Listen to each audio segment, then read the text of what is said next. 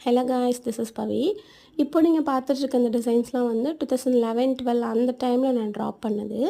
So அப்போல்லாம் வந்து smart phone பார்த்து அப்படியே ட்ராப் பண்ணுற ஃபெசிலிட்டிஸ்லாம் இல்லை. அப்போ நான் என்ன பண்ணுவேன்னா, மெஹந்தி புக் இருக்குல்ல, அது வந்து திருவிழா அந்த மாதிரி போகும்போது இருக்கும்.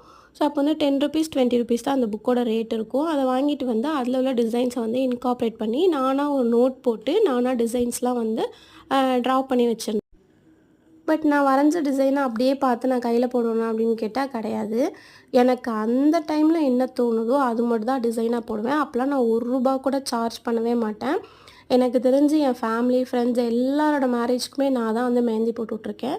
பட் ₹1 கூட நான் வந்து அமௌண்ட் வாங்கினது கிடையாது. இதெல்லாம் வந்து 2015, 16 அந்த டைமில் போட்ட mehndi.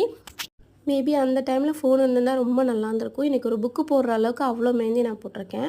Still I'm a professional mehndi artist. இந்த வீடியோ உங்களுக்கு பிடிச்சிருக்குன்னு நம்புறேன்.